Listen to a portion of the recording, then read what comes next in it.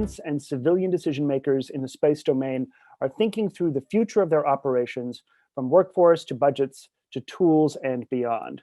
Joining me today, we have Major General Kimberly Kreider, Mobilization Assistant to the Chief of Space Operations at the United States Space Force; Tim Self, Deputy Director of the Network Cross-Functional Team for the Army Futures Command; Nicolas Chillon, Chief of Software at the Air Force; and Philomena Zimmerman, Director of Engineering Tools and Environment Office at the Deputy Director for Engineering, Deputy Director, Undersecretary for Research and Engineering.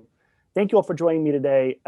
First, let me go down and the line here. Have you all very briefly introduce yourself to the audience, talk a little bit about what you do, starting with you, General.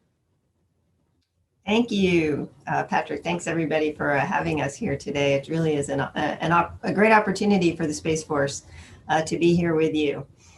So as Patrick mentioned, my official title is the Mobilization Assistant, meaning that I am a reservist. I work directly for the Chief of Space Operations.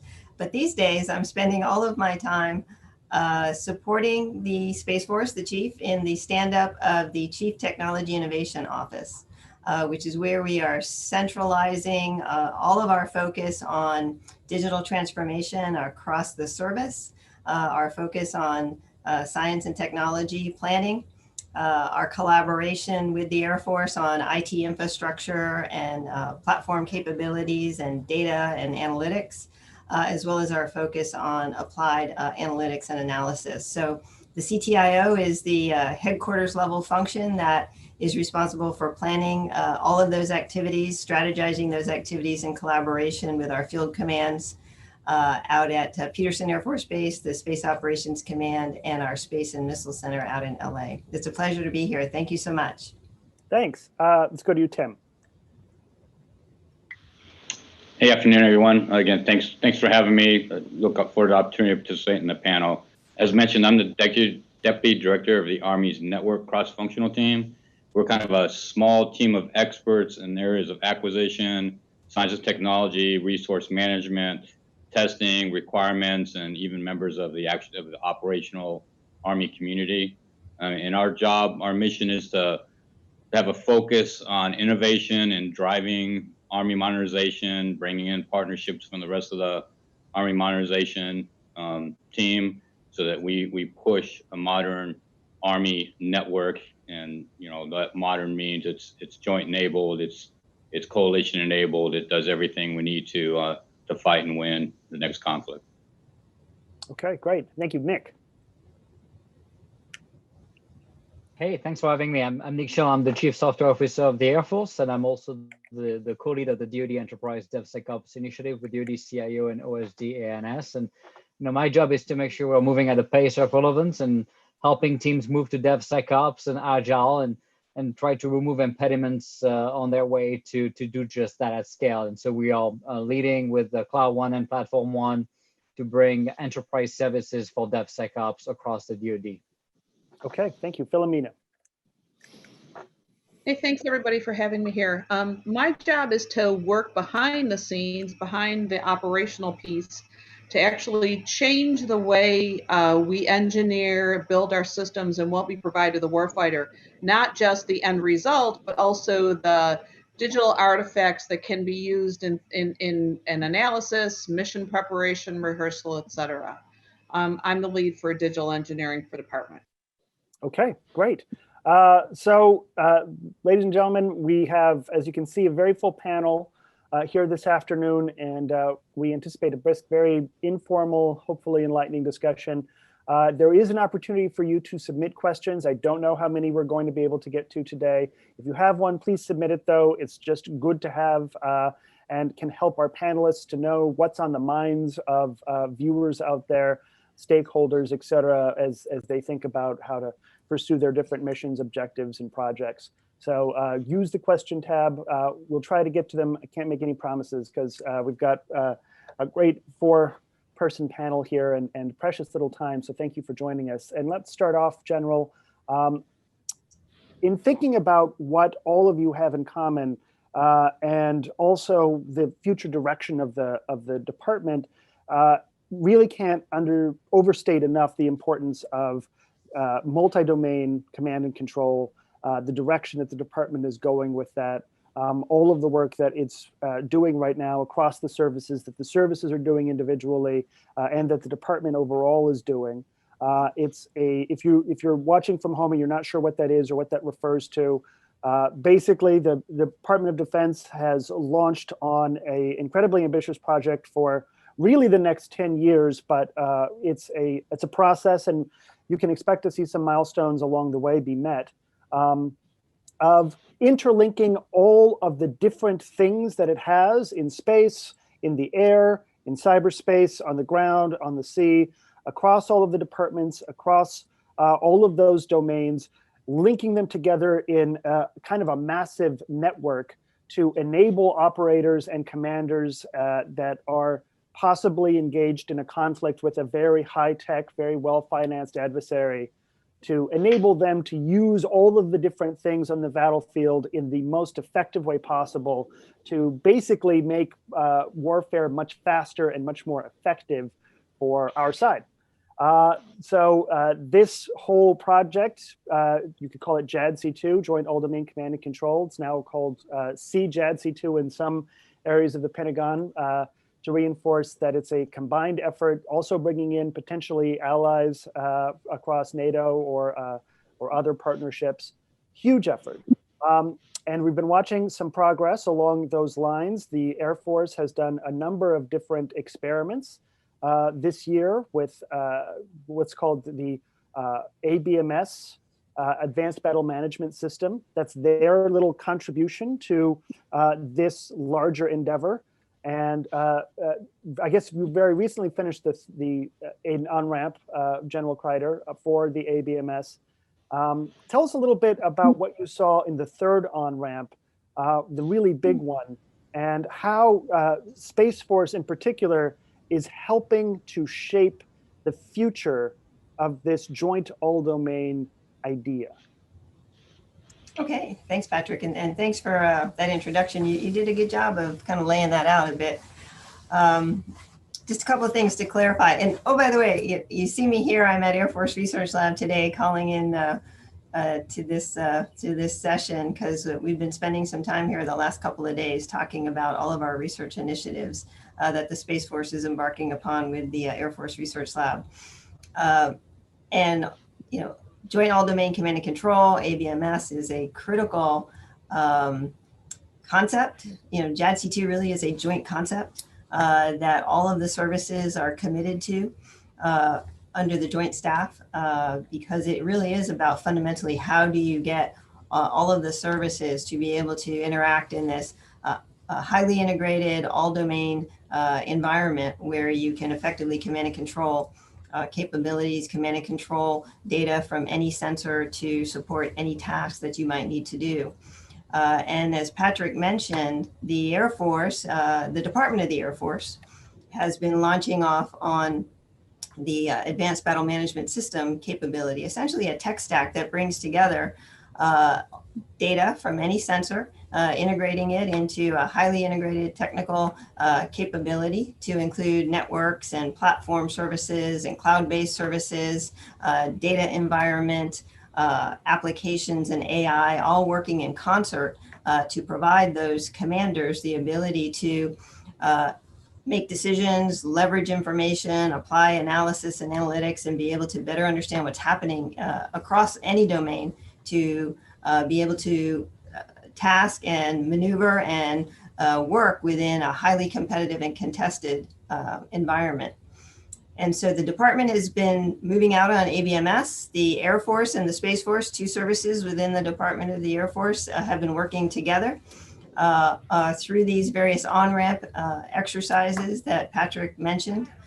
The second one was really the big one, happened in September. There was a third one, much smaller event focused in the Indo-PACOM region, very condensed because of COVID restrictions. So I'll speak, I think, predominantly to the second one. Happy to answer questions about any of the on-ramps. But the second one was really the big one. This was in early September where a lot of activity came together. It was a very exciting event. We had the Space Force actively participating with U.S. Space Command as a combatant command in both a supported and a supporting kind of a role. U.S. Space Command, of course, is the warfighting combatant command that has the responsibility of really conducting operations in, from, and to the space domain, and protecting and defending space assets, preserving and assuring space capabilities, and delivering those services to other joint warfighting operations to include things such as SATCOM, navigation and timing, ISR, et cetera. So space as a warfighting domain was featured in this on-ramp, and its need to be able to function with other domain partners very effectively to be able to deal with what are, very rapidly increasing and advancing threats to our space assets and threats to other assets in other domains that space can support the protection of. Space is fundamentally an all-domain fight. We have to leverage information from other domains to understand what might be traversing those domains or impacting those domains that touch space. We rely on communications on the ground. We rely on communications in the air domain. And certainly we rely on our assets in the space domain. So we really have to communicate and coordinate across every domain. And this particular on-ramp gave us the opportunity to demonstrate how important those other domain partners are to us. If a space asset on the ground is being jammed, how do we coordinate an effective, first of all, how do we understand where that jamming source is coming from? How do we geolocate on it? How do we leverage other domain assets to help us zero in on where that potential jamming source may be occurring? And then how do we quickly remove that threat, remove that problem by leveraging, again, maritime or air or ground resources to help us take that out in the most efficient way possible.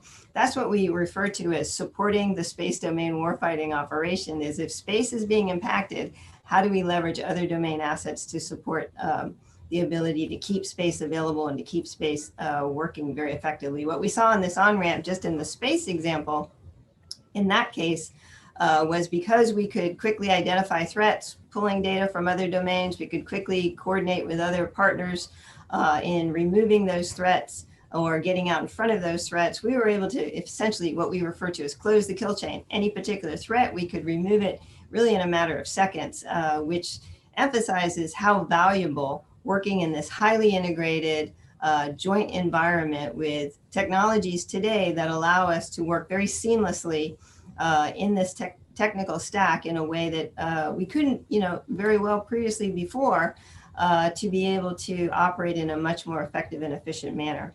And we saw similar sorts of rapid results from the other domain partners that were participating in the on-ramp. The whole idea of being able to rapidly close on kill chains because you could more effectively move seamlessly in this coordinated manner.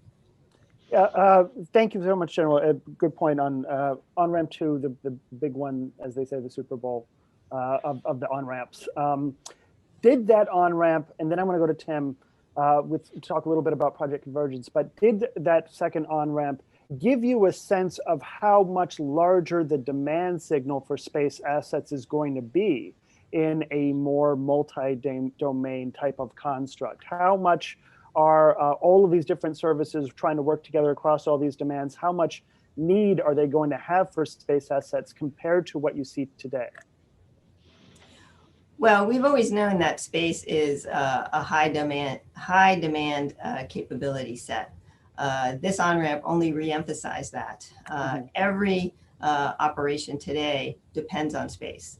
And many of our operations rely on space for, as I mentioned, communications, position, navigation, and timing, ISR support to their operations. So that was certainly emphasized in this on-ramp. I don't know that we quantified that pull from space, but throughout all phases of the operation, it was very clear that every aspect of the operation depended on space. Space needed to be available, and space was therefore highly prioritized in its joint all-domain needs to be able to be supported so that it can continue to ensure that those services were always available. Okay. Well, let me go to you, Tim, because the Army is also engaging in a big project, Project Convergence, to develop new realities of cross-domain teaming for the Army. It was, I got to go down to Yuma and watch it. It was very exciting. And a couple of the takeaways for me, just watching that happen, is that, yes, using different tools to take lots of incoming data, fuse it, and then output that, it did allow the Army to much more quickly identify and then strike at different targets, sort of collapsing the time it takes to do that rather dramatically, I thought, even though not all the targets were reached, many of them were, and you did see that collapse in the time. But it also showed me just how reliant the future Army is going to be on the network cross-functional team, especially as it looks to engage with more autonomous or semi-autonomous ground vehicles or even air assets that will have an ISR function or some other function. So what was the big takeaway for you in terms of what Project Convergence, the great big cross-functional team experiment that just got wrapped up in Yuma, what's the big takeaway for you in terms of where the network priority is right now and what needs to happen in the next couple of years? Yeah. First of all, let's sure we understand Project Convergence is really just a capstone exercise, right? It's part of a campaign of learning. So there's several risk reductions into it, other events, joint events like the JADC2 experiment that lead up to the Project Convergence where we bring it all together. But yeah, as you mentioned, what was very obvious there is that the network enables a lot of the functions that we're trying to get out of the JADC2 stuff. And that being, I think, the catchphrase you'll hear is all sensors, the correct shooter with the right C2, and forming a network that allows the operators to see the environment, see the targets from various sensors and bring that together. Several sensors might be looking at the same thing, picking the right weapon system to engage it and making that decision at the right place because, like everything, weapons kind of are resource constrained often, so we just don't want things firing. But again, the network enables all of that, and it's not just the transport part of the network. It's really my boss says it a lot. It's all about the data. Where are we collecting data at? How are we transporting that data across different nodes? Where are we copying at? For resiliency, what kind of tools, IA or machine learning tools do we have that helps turn that data into information or ultimately knowledge? Again, so commanders can make decisions based on informed data that's out there. So that's really what it's all about. In my mind, we're not going to win the next conflict by having the best network. The network's just going to enable us to use our weapon systems and our sensors and our will in better places to win that conflict. So it is, we kind of learned it's very much an enabler, but it's a very strong enabler. In fact, I think most of my team would tell you that by the time we got to that last week of Project Convergence, we were a training tool so everybody else could apply their craft at that point. If the network wasn't running then it wasn't going to help us to keep troubleshooting and stuff. So, and I think you kind of mentioned that it's an enabler across all of these domains. Great. Well, let me turn to you, Nick, because one of the things that I think is so important here when we talk about what the future of joint all-domain actually means is, and Phil can be thinking about an answer to this too, is the importance of interoperability among lots of different types of machines. The Air Force is moving out with as you say, like a singular software platform. There's also a cloud architecture that is there to help be the kind of central node for all of this incoming data about how platforms are operating, about what they're doing, about what they're seeing, what they're sensing, what's on them, fusing all of that together in terms of creating an output that a commander can actually use to find that enemy that's out there jamming the space signal, et cetera. What is the biggest challenge right now in terms of creating a network that can accept all of these different, perhaps heterogeneous data types, turn them into something that can be then run through possibly machine learning or artificial intelligence kits, and then output a recommendation? Where is the big network challenge in that? And where is the Air Force right now in meeting that challenge? Yeah, you're spot on. I think we have a couple of big challenges when it comes to the silos of the Department of the Air Force, and often the way we cut our networks, right, between classification levels. And now we're trying to reconnect everything into some type of cohesive way by using open architecture and like you said, connecting this Internet of Things network across DoD. Funny enough, we are kind of breaking the silos that we created to begin with. And, I think that the technical piece of that in terms of transformation of data and all the collection of data is pretty straightforward. I don't think it's very complex. We have a lot of great stack with the partnership with the Space Force on UDL and the Data One stack and Feed One stack, which is doing that feeding and streaming of data, and then that storage slash data lake slash data warehouse capability.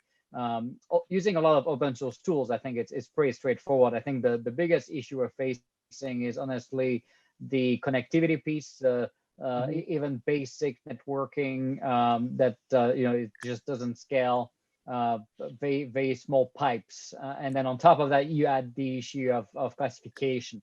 And what you don't want to end up doing is overclassifying the entire thing. So everyone would have to have the TSSCI clearance or SAP clearance to get access to meaningful data. And so you really want to try to connect things using a zero trust mindset. And so Platform One and Cloud One build kind of that capability with that in mind to really empower the teams to piggyback on the zero trust culture, which really enforces both the device state that you're using, your need to know / role-based access control, tying that back to a cyber risk to whitelist access to resources. And what's interesting, it's not just people accessing data. In this case, it's also legacy and more modern systems talking to each other. And so we're bringing a single sign-on stack that's going to be able to authenticate both people and machines in a secure and efficient manner, while enforcing that zero trust stack as well. Yeah, that sounds like sort of exactly the sort of big, enormous challenge that a lot of people aren't going to see when they think about something that on its face sounds relatively simple, getting lots of things that are made for the United States military to communicate with one another. It seems like, oh, well, we're just talking about objects that are all part of the United States military. They should be able to communicate with one another. But as you point out, they're all made different manufacturers. They all have, in many cases, different protocols or standards for accepting data, for transmitting data. And then you have this issue of classification. It's something that the military top leadership is talking about more and more. General Hyten, the Vice Chief of Staff, has raised this as kind of one of the critical issues for the US military going forward, is figuring out how not to overclassify things and how to be much more agile in classification in general. So with that, let me turn to you, Phil. From a digital engineering perspective, we're hearing about the need for interoperability. We're hearing about the challenge of these big data silos. What has to happen from a digital engineering perspective to overcome some of what you're hearing in terms of the obstacles to really realizing a joint all-domain vision? Yeah, that's a great question. And I gotta say, I love going last on panels with smart people like this, because usually I can say what he said or what she said. In this case, maybe I'll embellish just a little bit from an engineering and maybe set up General Kreider actually for a continued discussion. From a digital engineering standpoint, what we want to make sure is that when the warfighter gets to their live exercise or even their live event or worship live on the battlefield, it shouldn't be the first time that they're questioning whether or not all of their systems can interoperate with each other. And what digital engineering seeks to bring to the table is the ability to test the systems, to experiment with the systems in a relatively safe virtual environment, so that we can work out as many of the kinks and problems with, even open systems architecture isn't a guarantee, but so that we can do the experimenting with these systems in a safe environment, so that we give to the warfighter the systems that they need at the time that they need it to do what they need to do with it. One of the things that we've discussed briefly the last time I had a chance to engage General Carter was to remind everybody that digital engineering doesn't seek to be in the forefront. As a matter of fact, the word that he used was enabling. We're one of the background enabling capabilities that that frankly you shouldn't see when we get to the battlefield. You shouldn't even know they existed. But if we do our job right, the warfighter is going to get to perform the way our warfighter needs to perform at the point in need. Over. Yes, thank you. Let's turn that to General Kreider. In terms of understanding how well different objects are performing and interoperating, and how well they're accessing those space assets, tell us a little bit about the role of simulations, of modeling, and versus the role of some of the live demonstrations like the ABMS on-ramps. How much more experimentation can be done now in a virtual environment compared to a live environment? And what are you learning from that? Well, thanks for that, Patrick, and thanks, Phil, for some of your lead-in as well. I appreciate that.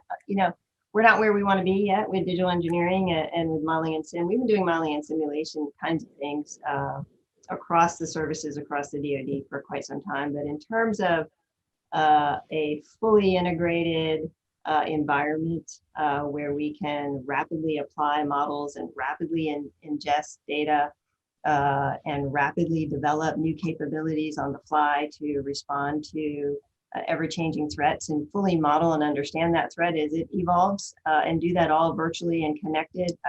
We're not where we want to be yet, but we're certainly moving out very aggressively across all of the services to do that. And when we do that, as we do that, we are going to, in many ways, be able to create a more real environment than what really exists out in the real world, because we'll have so many more options that we can play. So to Phil's point, when last thing we want to do is have the warfighter be surprised. Now, we've learned how to deal with surprise. We've learned as warfighting entities to be able to be very effective at trying to stay ahead of the surprise. But there are surprises that happen in operations. And if we can create the reality of here is what reality looks like that the warfighter can't even see yet. Because we can model all of those contingencies, or we can model all of those potential events that could happen.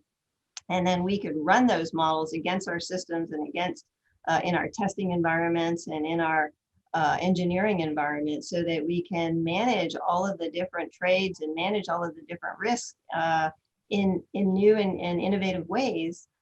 We can create solutions that will always be out ahead of those potential surprises. And that creates that much more of a robust capability for us. So that's the kind of capability that we're really moving towards, is how do we create environments? How do we work in environments where it's just natural for us to have access to data and models that can be more realistic than the real world, because we can stage and look at everything that could potentially exist, and then be able to develop any number of options and solutions to work through those various contingencies. Yeah, it's a fascinating time for it, for the idea of higher resolution, more credible models and simulations for a lot of different things. A couple of years ago, I think it was, then Undersecretary of Defense for Research and Engineering, Michael Griffin, made virtualization and digital engineering a big part of what he was pushing for in changing the Department of Defense. And as you point out, we're not exactly where we want to be yet, but the next couple of years, I think that a lot of people are going to become more and more familiar with terms like digital twinning, especially in terms of designing things like aircraft. Air Force recently announced that they've actually test flown an experimental Generation 6 aircraft, and they didn't say a lot about it except for the fact that new techniques in digital engineering, like digital twinning, were essential in helping them do something that, with the last aircraft took a decade to do, is reach something at a prototype level, like where you can do a test flight. So the virtual world, all the data that goes into creating a credible scenario, into creating, whether it's for designing an aircraft or designing a battlefield simulation, it's incredibly data intensive to do that. I mean, there's a lot that needs to go into it. And I wonder if, I might turn to you, Tim, and talk a little bit about how the Army right now is using simulations as part of its role in understanding the future of joint all-domain operations and understanding interoperability among all of those different things that they're pushing out into the battlefield that they want to communicate with one another and communicate back to command in other places. So we're pushing forward very much now with what we're calling the CJADC2 hub, where we are connecting all of our labs together, and many of those labs have modeling and sim in the background that drive the environment that they're experimenting with. And that will include reaching out. I know we've made contact with the Air Force to bring some of their labs into that same hub. So we have a persistent environment of laboratories with model and simulation, creating that virtual environment to allow them to do that experimentation. But I think the other thing the Army's really realized is, the virtualized environment is only as good as it replicates the real environment. So you'll see it a lot, in Project Convergence, especially where we're collecting data of the real environment and feeding that back into the virtual one so they can better model what it really is in the real world. Because one of the things you'll never get, and why our capstone I think will always be in the field with live soldiers is, the virtual environment soldier, he doesn't get hungry, she doesn't get tired, she pushes all the right buttons. Unless you've really done a good job in that environment, they drive their vehicle in the right direction every time you tell them to, right? And we see in the real world that's not the case. Soldiers do things that the virtual environments do not do, and as much as we can feed that back and replicate that back in, the better off we are. But there will always be, I think, the capstone will always be what we call soldier touch points.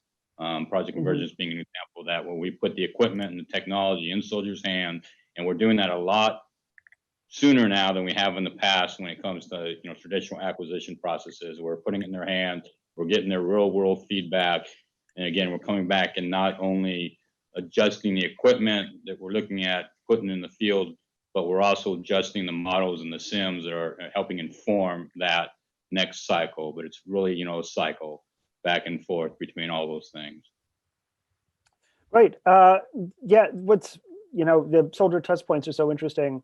And I think just watching this space, it's so fascinating to see all of the different areas where modeling and simulation is going to affect the future of what everybody in the military does, from designing aircraft to, for soldiers, one of the features of the IVAS mounted head displays, the new Microsoft, it's kind of a heads down display. It's going to replace night vision goggles, is that you can role play and essentially rehearse different scenarios based on how well you performed in that scenario last time, how well someone else performed in that exact same scenario, possibly in that exact same location. So you get to kind of, play level 32 of the Abbottabad compound, though that's a Navy thing because the Navies were there, like as many times as you need to before you actually embark on a mission, because you have that data that's informing a scenario that you're able to role play over and over again with this headset. And it also goes to designing aircraft and things like that. So all of that is great, but I want to turn back to something that Nick said, because Nick highlighted a couple of problems that are unique to what he's experiencing right now in his role. And I think that they also apply to what you, General, are doing, and you, Tim, and that is the problem of data siloization and the problem of overclassification. So I wonder if both of you can quickly let us know where you are right now on those problems. Do you perceive them as big obstacles to better integration and better performance in terms of your domain? And what can be done about them now and in the years ahead? Are you asking? So I guess, Who are you asking? go ahead, Well, Yes. highest ranking first, so you, General, please. Thank you. Well, I don't know about that, but I guess I was the first to speak up. So silos and stovepipes of data is definitely a challenge that we all face because we rely on data from so many different places, and we're not all fully integrated yet when it comes to how we share data. I will say, and Nick mentioned this, that the Space Force has been moving out quite aggressively for the last couple of years in breaking those silos. With the establishment of our unified data library, data lake environment where we can access data from any domain and publish and make that data available.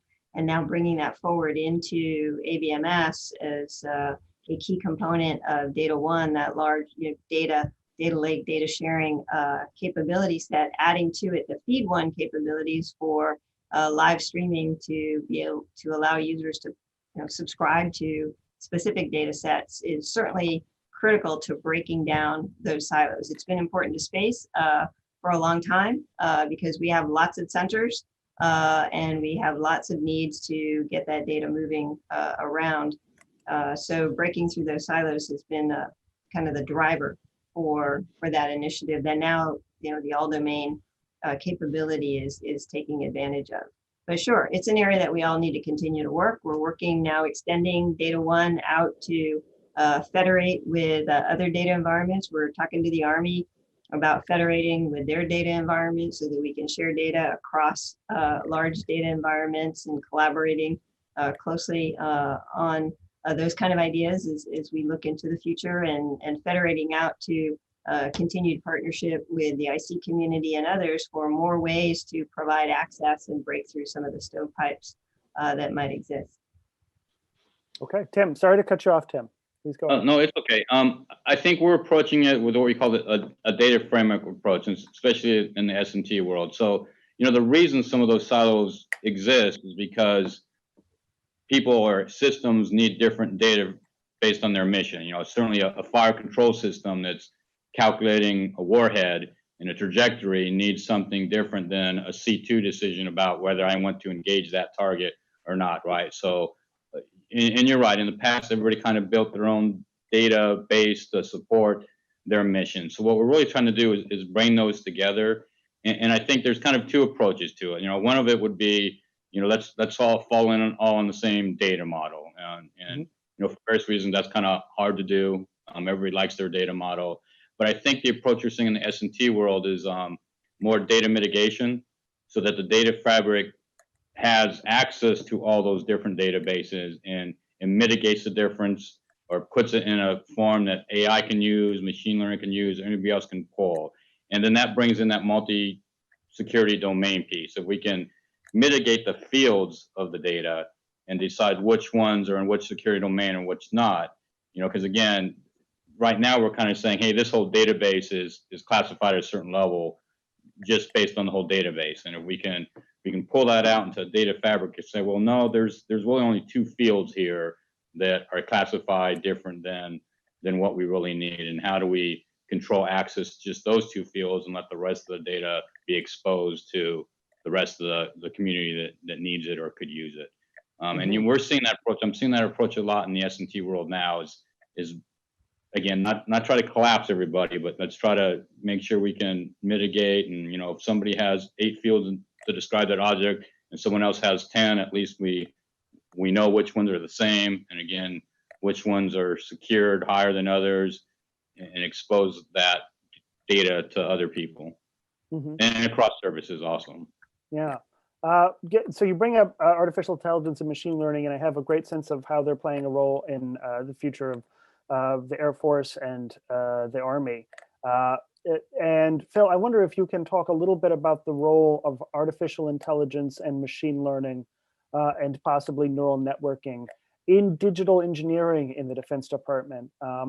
Is it redundant to say that digital engineering and artificial intelligence are sort of the same thing, or what is the role for AI in engineering digitally in the next few years?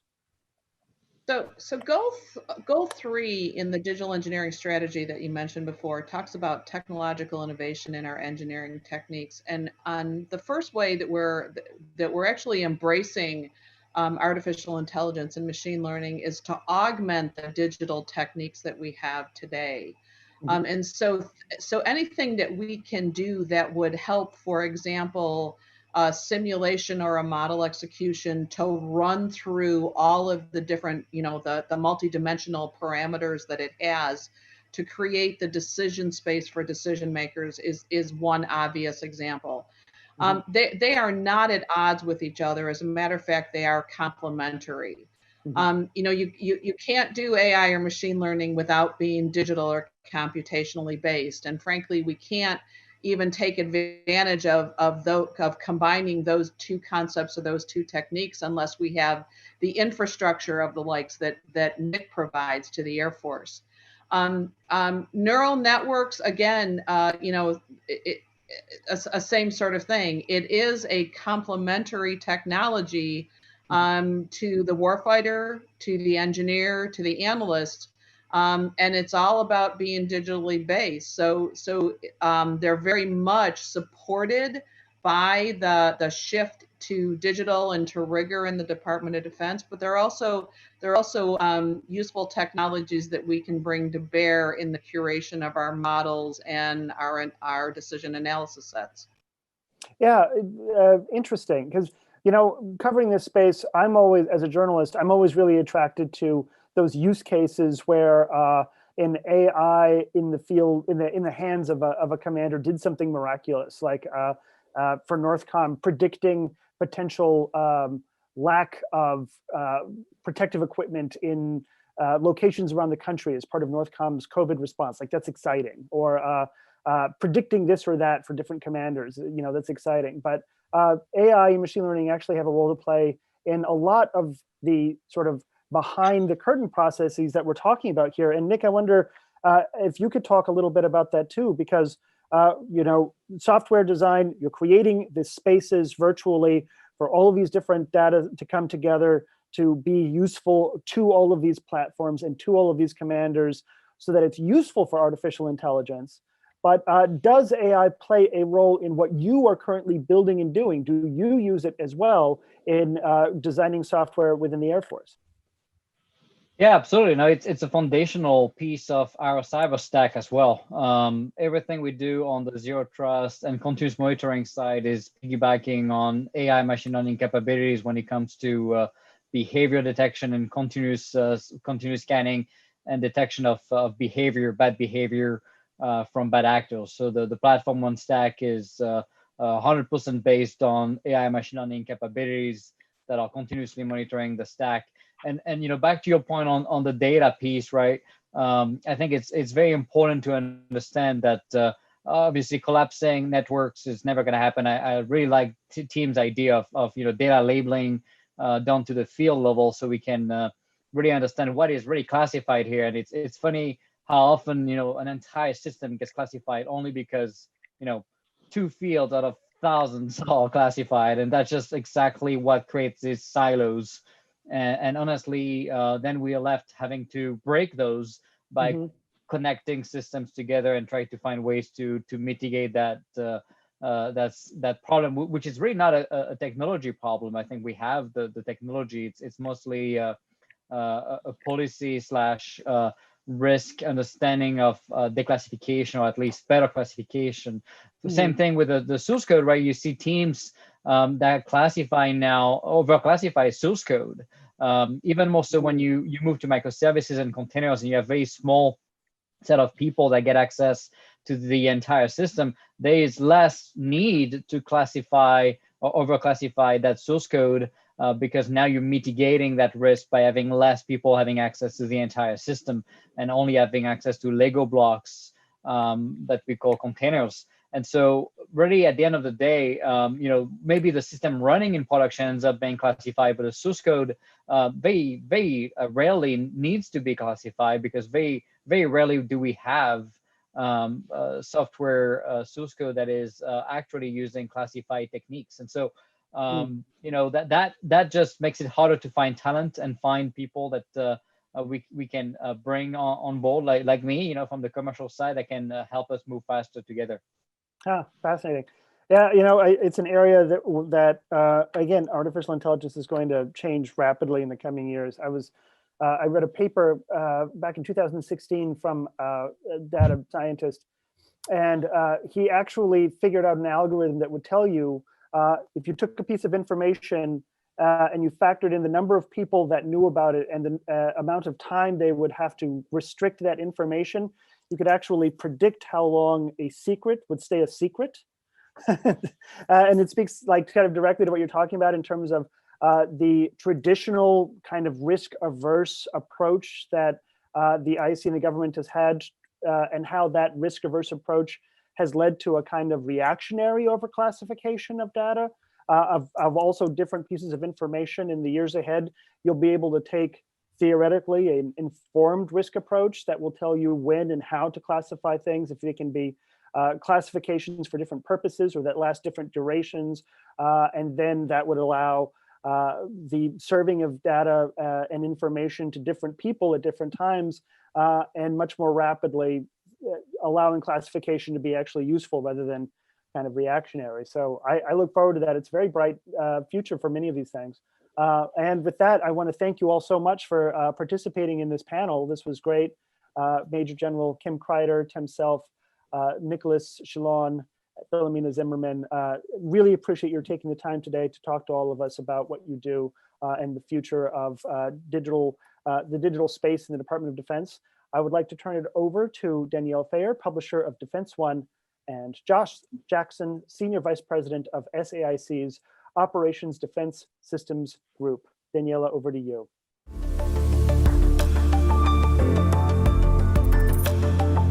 To our editorial panel.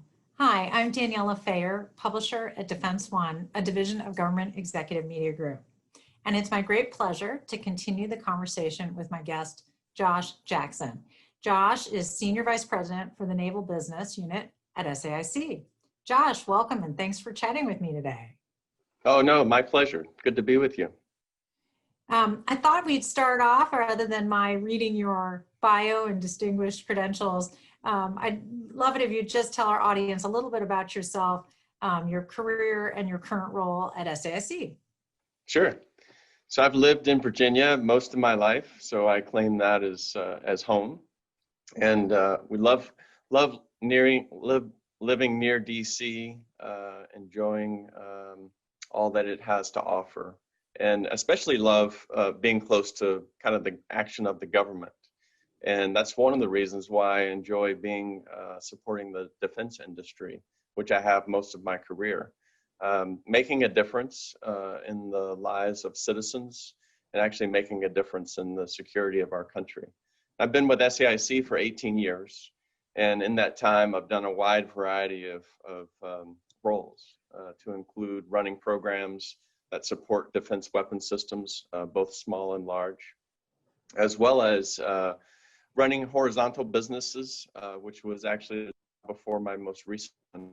I led the Solutions and Technology Group, where over the course of a few years, really developed a passion for digital transformation and how digital transformation can enable mission effectiveness and larger transformation efforts across the Department of Defense. And then most recently, I'm now leading SAIC's Navy business. That's great. It's great to share with the audience sort of where you're coming from. Today we've been talking about space, so I wanted to ask you to comment on something that General Raymond recently stated. He, of course, is our first Chief of Space Operations, and he wants the Space Force to be the first digital force. So tell us, from your perspective, how does the DoD prepare to be a digital force? What does that mean?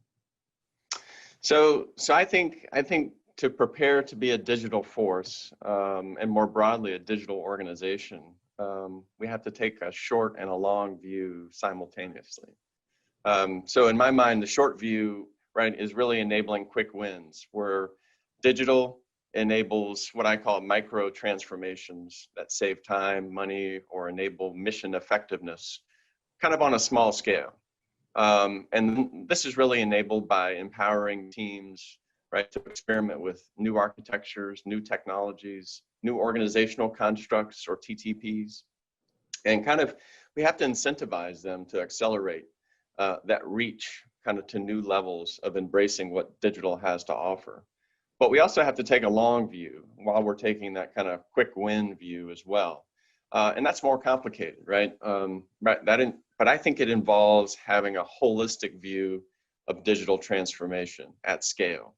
And for the DoD, that scale is massive, right? And it's highly complex. So in my mind, a holistic view of digital transformation, we have to look at an organization, we have to look at the technology, we have to look at the people all together and first chart a course for that transformation and then rigorously execute that plan. We often get fixated on technology and we miss the other elements that enable transformation, which is the organization in which we operate, right? In this case, the Space Force for General Raymond, as well as the people and the technology and how you put all that together in a holistic fashion, right? You know, the data show that more than 70% of organizational transformations fail because we lack a holistic approach, right? So I think a successful digital transformation that I've seen and that I've been a part of, right, we focus first on cultural transformation and cultural changes required to unlock the larger digital transformation. So I think you have to take a short and a long view, both geared towards laying that foundation for fundamental change. So in looking at it from that perspective, sort of a high level view, that holistic view that you mentioned, regardless of, for example, the outcome of the election, legislators in general, right, are turning their attention to budget and what these things cost and how digital transformation and digital engineering could benefit budgets. Can you talk a little bit about that and the efficiencies that can be gained in looking at it from that perspective? Sure. So no matter what happens in terms of administration, right, I think one thing is there's not going to be enough to do everything that we want to do. We as an industry, we as a Department of Defense more broadly. So we're going to have to prioritize and make some hard decisions and choices, right? And embracing digital approaches can help, you know, from a capability development perspective. And I think I'm seeing a lot of good traction in DoD leaders embracing digital as they seek transformation. So I'm encouraged by that. I think one of the specific ways that digital can be beneficial from a budget perspective is that it enables experimentation at higher degrees of fidelity, you know, oftentimes for less money and over a shorter period of time. For example, we can build, you know, a digital twin of a complex weapon system and experiment and test it virtually. And we can iterate on that design over and over again in a very short period of time, oftentimes changing how we might employ that system as well, which is a pretty cool thing. So I think there's some tangible outcomes and benefits of that, but really you've got to, you know, you can reduce the cost of that weapon system development and you get a chance to inform, you know, higher level portfolio decisions that the Defense Department is grappling with on a regular basis. You know, an example of that is the Commandant of the Marine Corps is employing, you know, sophisticated gaming as an approach to redesign and refocus the Marine Corps. But I would also think that another area where digital benefit discussion is the fact that we can take modular and composable approaches. As we kind of push towards software-defined everything and open systems architectures and approaches, it allows faster upgrades of systems, right? We can't afford the days of 5 to 10 to 15-year major systems development efforts. And we can't afford creating systems that are fragile. So I think that's where industry can play a role with DoD, is that we should open architectures and approaches. And this is going to allow us to reduce the cost, both on the development side as well as the tail for major systems, because it increases interoperability at the same time. So Josh, you mentioned speed. tell me, how do you see speed, innovation, and agility affected as we move digital to the edge? Yeah, so we walk around every day with a pretty powerful computer in our hands, right? That allows us to communicate, run analytics, translate information, view and contribute to common operating pictures, right? Which is a common DoD term, but Waze itself is a common operating picture, right? Cities all around the globe are launching smart city initiatives. Right, that's the Internet of Things, right? Same is true for Internet of Battlefield Things, which is something that we've been thinking a lot about at SAIC, right? And as we enable digital at the edge, we're going to speed up decision making, right? So speed is a big factor that it's enabled, and it potentially allows us, to take steps out of the kill chain, so we can generate effects on the battlefield faster, right? So speed's definitely there. And then innovation and agility, right? Kind of think about those together, right? As we employ and use edge services in an increasing number of places, as well as capacity, right? The ability to innovate and demonstrate agility also increase, right? For example, you can enable teams and squads the ability to run local analytics, right? That are leveraging local intelligence. But also have access to a larger data set for that operational context that's so important, right? And then by doing that, right, we're enabling individuals as well as teams at the edge to pivot more rapidly, really increasing their effectiveness as a small unit.